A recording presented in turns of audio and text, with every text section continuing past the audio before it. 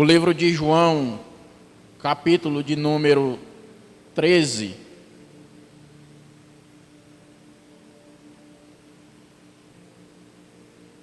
Fala desta forma: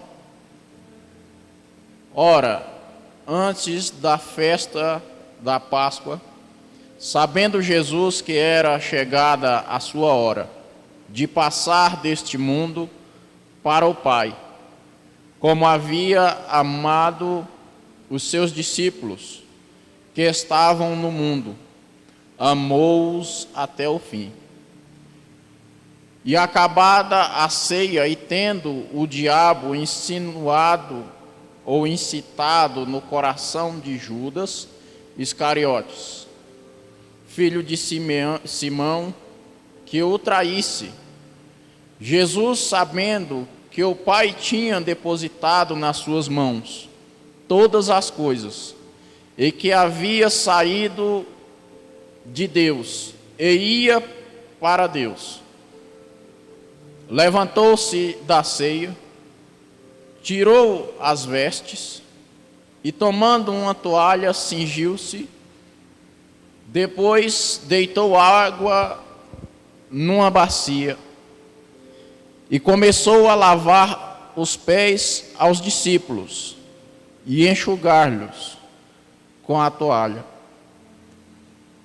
que estava cingido.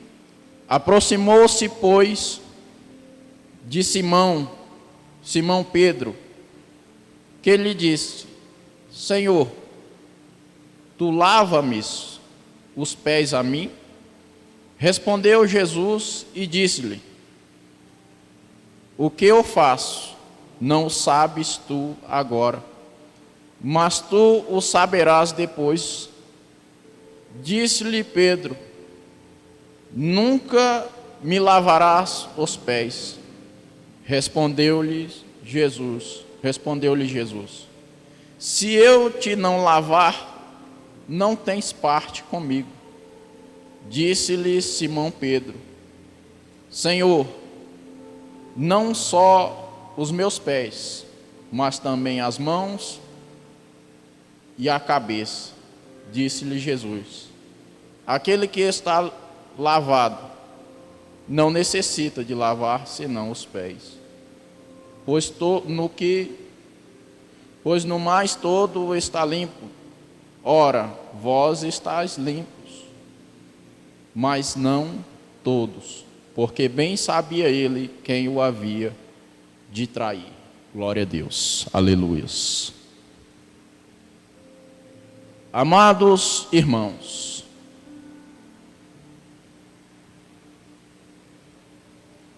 vivemos os últimos dias, e quando se fala dos últimos dias, da preparação para a vinda de Cristo, muitas das vezes as pessoas zombam, muitas das vezes as pessoas fazem pouco caso. Mas esta conversa é antiga. Há muito tempo se ouve falar sobre a vinda de Cristo.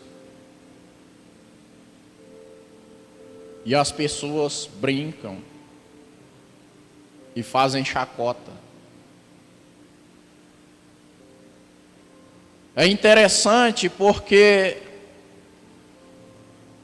aqueles que buscam o próprio prazer, que buscam satisfazer as próprias vontades, são os que mais necessitam de uma transformação.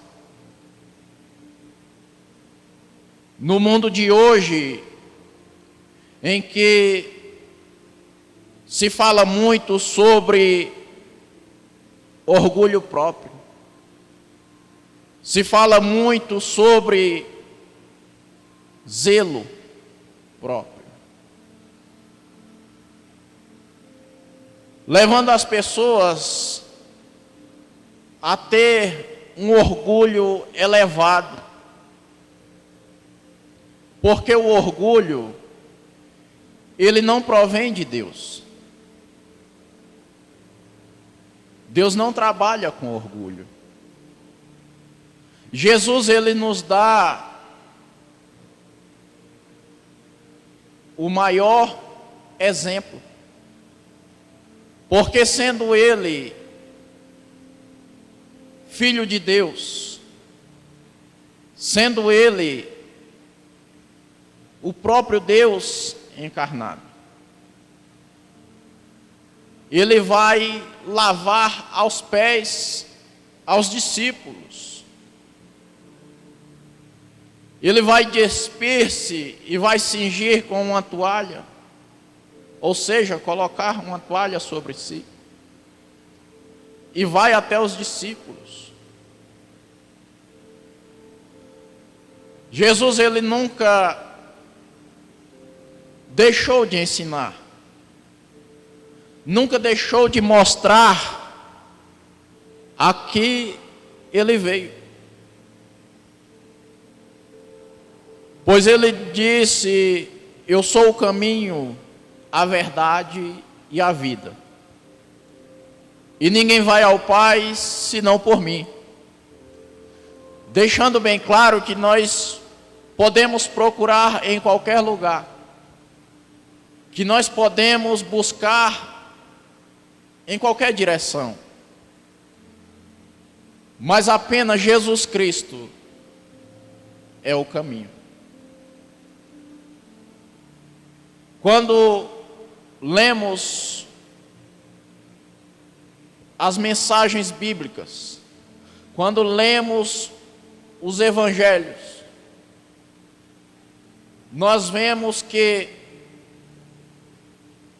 Lucas, Mateus e Marcos, eles mencionam João, porque João, ele veio para preparar o caminho de Jesus.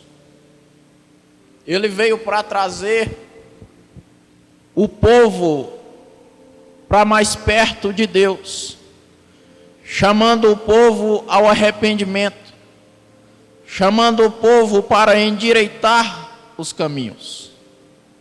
Arrependei-vos, pois é chegado o reino dos céus. Ele poderia estar no templo, ele poderia estar nas sinagogas, em meio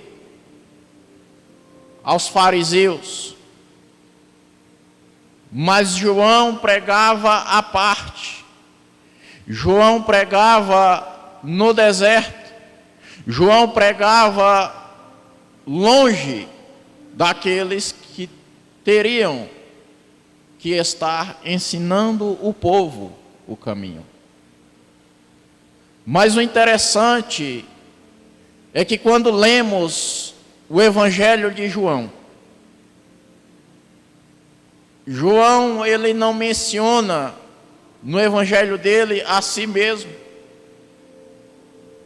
Não se fala sobre ele no início, pois João começa da seguinte forma: no princípio era o Verbo, e o Verbo estava com Deus, e o Verbo era Deus. Ele estava no princípio com Deus. Todas as coisas foram feitas por ele, e sem ele nada do que foi feito se fez. Imagina uma pessoa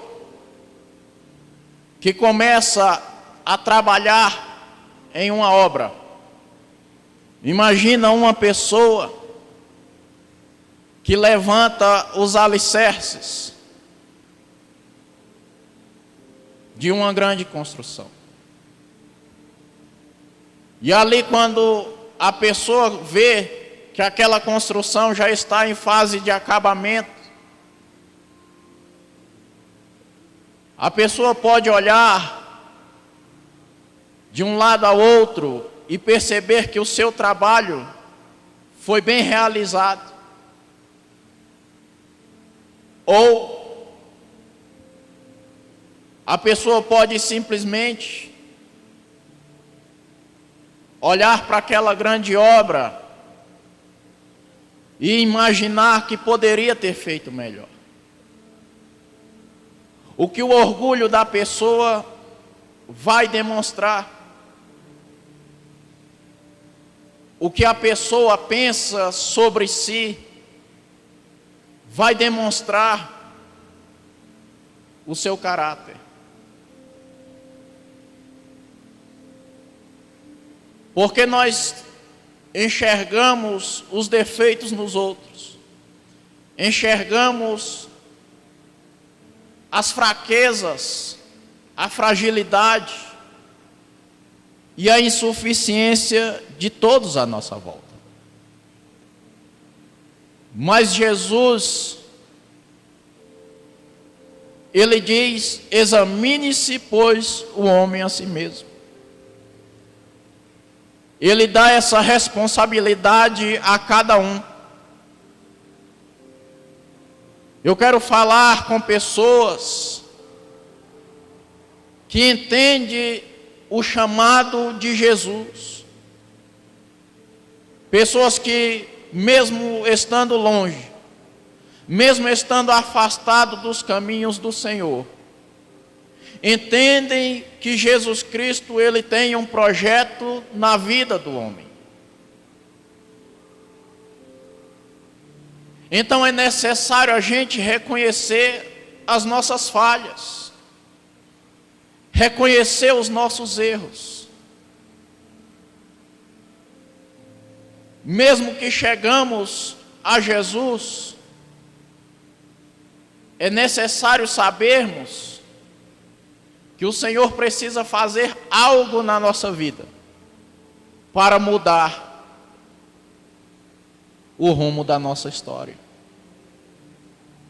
Precisamos nos permitir, mas para isso temos que deixar de lado o orgulho, a soberba.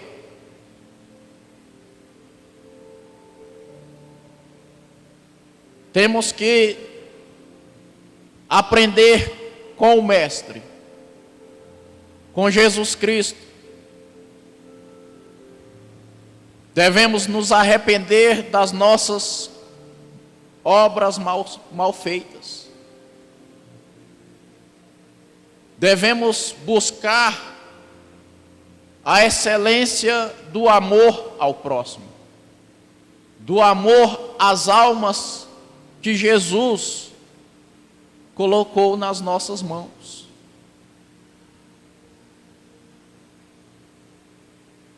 Não devemos fazer como o profeta Jonas, que ao ouvir a voz de Deus, para que pregasse em uma cidade tomada pelo pecado, tomada pela bagunça geral, ele busca fugir da face de Deus. Ele busca ir para longe.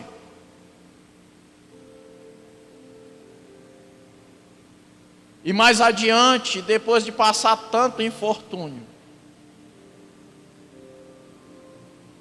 Jonas apenas reconhece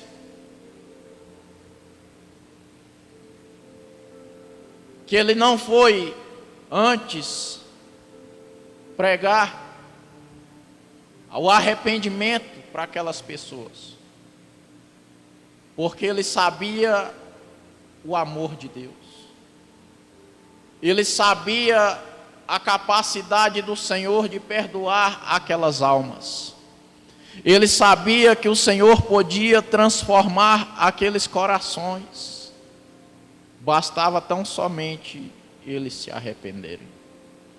Bastava tão somente eles mudarem a conduta. Bastava tão somente eles reconhecerem os seus erros.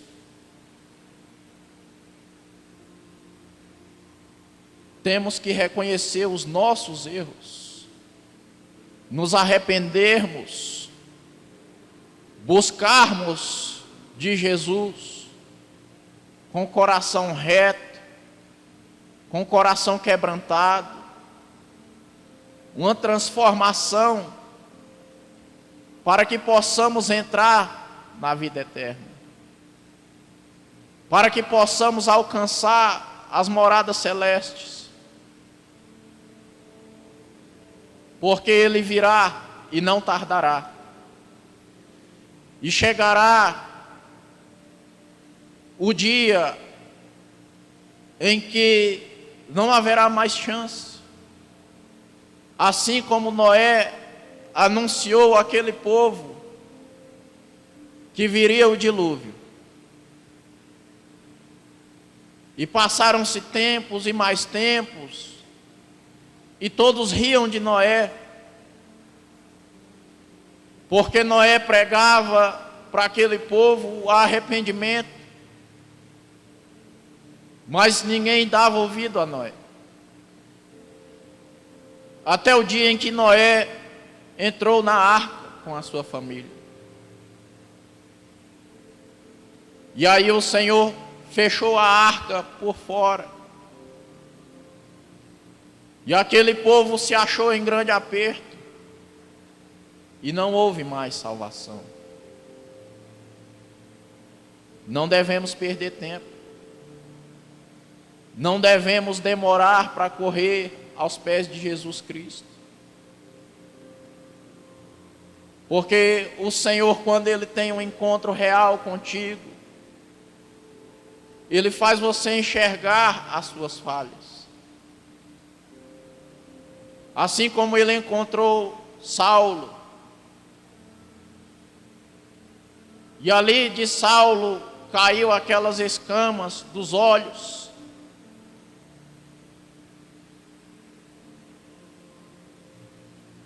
O nosso orgulho não deixa a escama cair dos nossos olhos. Não deixa nós enxergarmos a nossa falha, o nosso erro,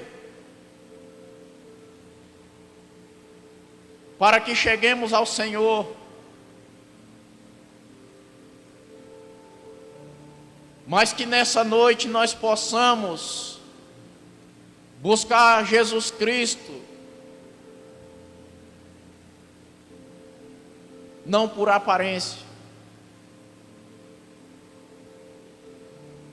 não por vaidade, não por status,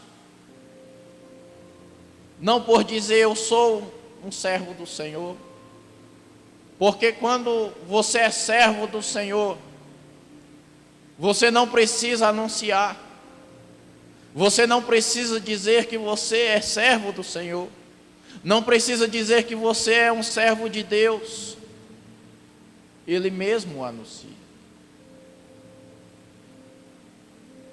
Ele falou para o próprio diabo: observaste meu servo Jó?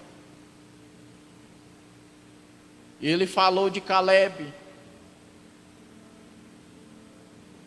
ninguém entrará na terra senão Calebe, meu servo, porque houve nele um outro espírito. Não precisa você se apresentar, não precisa você dizer eu sou. Jesus Cristo fala por você. Então vamos buscar ao Senhor enquanto é tempo. Vamos deixar a velha criatura buscar o novo nascimento, o arrependimento sincero, porque Ele virá e não tardará. Porque Jesus Cristo é fiel. Ele é o início, e Ele é o princípio, e Ele é o fim, e Ele virá. E estejamos todos prontos. Por isso é necessário fazermos como Jesus fez. Fazer como o Senhor nos ensinou. Andar com humildade, coração perdoador, fazendo as boas obras, guardar-nos de fazer o mal. Porque um dia podemos acordar e ver que não temos mais tempo. Ver que, como aquele povo que zombou tanto de Noé,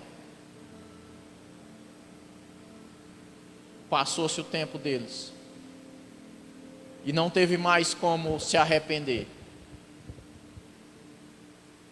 É hora de buscar. Não é hora de olhar para a direita nem para a esquerda. Não é hora de olhar para trás, para que o nosso ministério não venha a parar e venhamos a nos tornar uma estátua de sal, como a mulher de Ló. Que nós possamos prosseguir adiante, buscando aquele que é o autor e o consumador da nossa fé. A Ele toda a honra, a Ele toda a glória e todo o poder. Aleluias. Glória a Deus. Eu agradeço a Deus por esta oportunidade. Que os irmãos fiquem com o Senhor. Que Ele abençoe os caminhos. Abençoe as vossas almas, as vossas famílias. Abençoe o seu trabalho, o seu celeiro.